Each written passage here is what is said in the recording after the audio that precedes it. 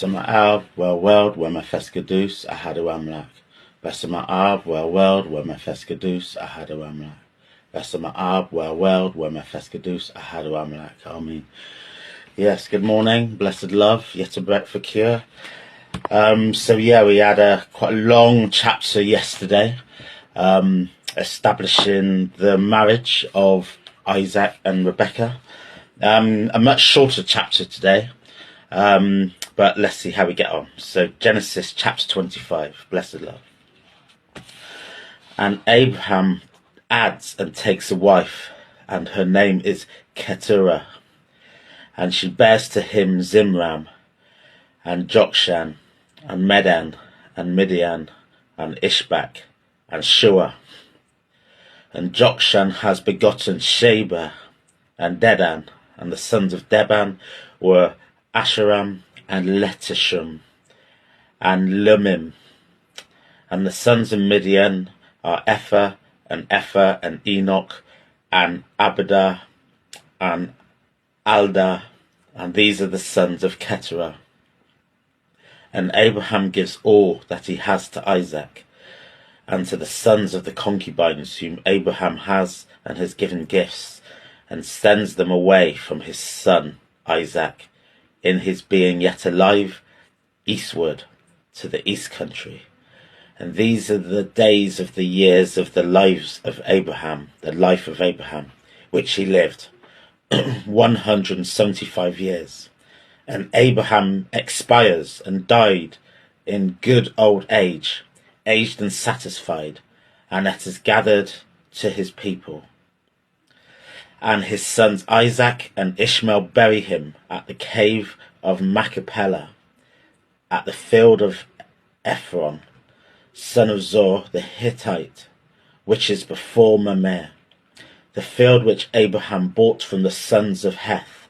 There Abraham has been buried, and his wife Sarah.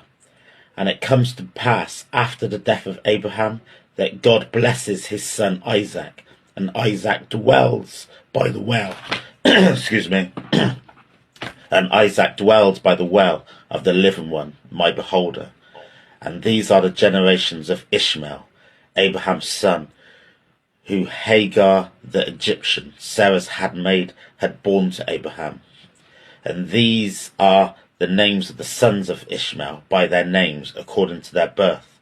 Firstborn of Ishmael, Nebajoth and Kedar, and Adbeel, and Mibsam, and Mishma, and Dimah, and Massa, and Hadar, and Tema, Jeter, Napish, and Kedemah.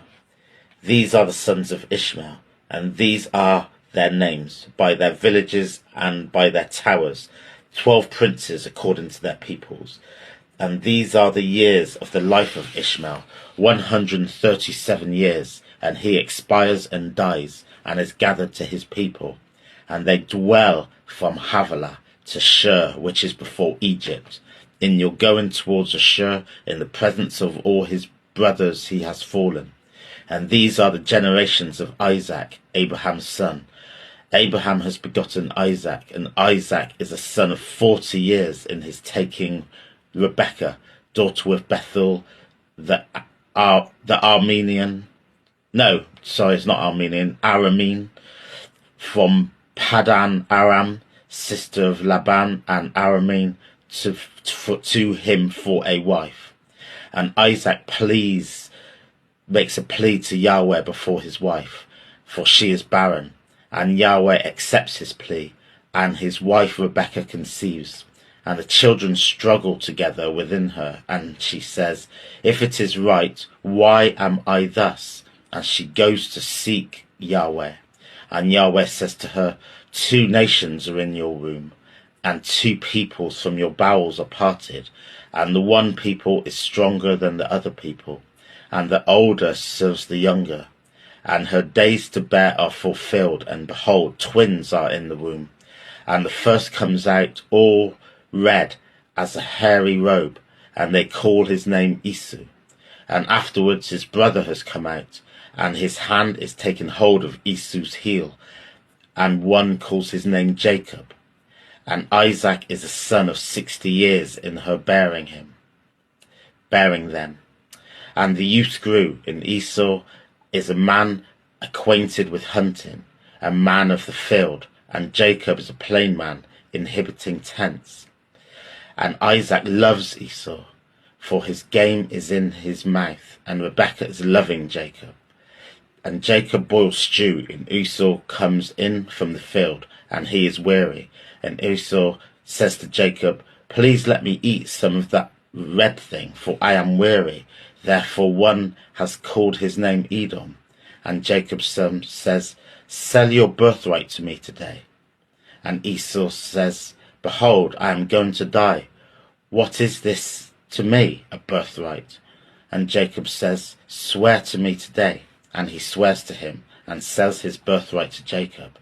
And Jacob has given bread and stew of lentils to Esau, and he eats and drinks and rises and goes, and Esau despises the birthright. For these few words I give thanks. Blessed love. Blessed love, yeah. Apology, I had to pause that just briefly.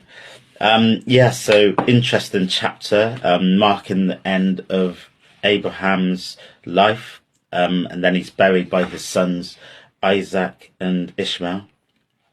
And also part genealogy, telling the generations. Abraham took on a new wife, and then it charts those generations, and then also the generations of Ishmael. Remember, Ishmael wasn't going to inherit God's kingdom and blessing in the same way as Isaac, his brother, but God did reassure Abraham that Ishmael would be blessed. And here he's got 12 sons, 12 princes, and then they go on to create a great nation. But as we've already been foretold, there's going to be tension between Ishmael's people and Isaac's people. And then we get into Isaac in his marriage with Rebekah, and Rebekah's difficulty of conceiving, of having a baby. But then God blesses her, and she has twins. And as it says in here, there was a wrestling of the twins in her body. 2 nations are in your womb, one stronger than the other. So this is kind of God foretelling Rebekah that there's going to be tension between these 2 brothers. And Esau's born first, Jacob born second. And even then, it says that Jacob is grabbing the heel of Esau as it comes out. And I think that's foretelling the tensions that are going to come. And then it ends with this very interesting part where it talks about how Esau is a hunter and favoured by Isaac, and Jacob is much quieter and favoured by Rebekah. And then this moment where Esau comes back from hunting and he asks Jacob for food, and Jacob says, "I'll give you food if you sell me your birthright." As the firstborn, the eldest child, Esau would have been, the head of the family when Isaac dies. But Jacob sees an opportunity and gets Esau to sell him the birthright. And it says, the last line is, Esau despises the birthright. So Jacob is cunning, but also Esau is weak and gives over his birthright to his younger brother. And I think this sets the tension for what's also to come between these 2 brothers. I don't remember all the details between this relationship, so I'm going to be going on an interesting journey as well with this. But you can already see the stage being set, with God's instruction to Rebekah about these 2 nations. And then straight away we get this tension between these 2 brothers. So this chapter's partly, again, God showing that his promises from the previous early parts of the story. I mean, this is charting, 50 years, 100 years or more, and God's promising, Abraham that his sons would be blessed. And now we're seeing that come to pass. But then we're also seeing the next generation of Jacob's going to be blessed. So we're seeing God's continual promise to this family, to this nation being fulfilled.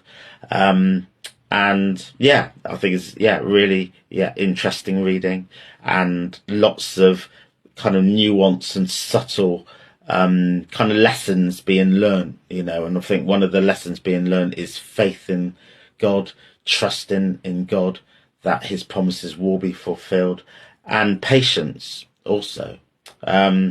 So I'll leave it there. But yeah, God willing, looking forward to the rest of the readings tomorrow and onwards with this journey. I really am enjoying it, and it's a blessing to be able to do this. So yeah, have a blessed day. You have to break for cure, blessed love, and God willing, see you tomorrow. Oneness.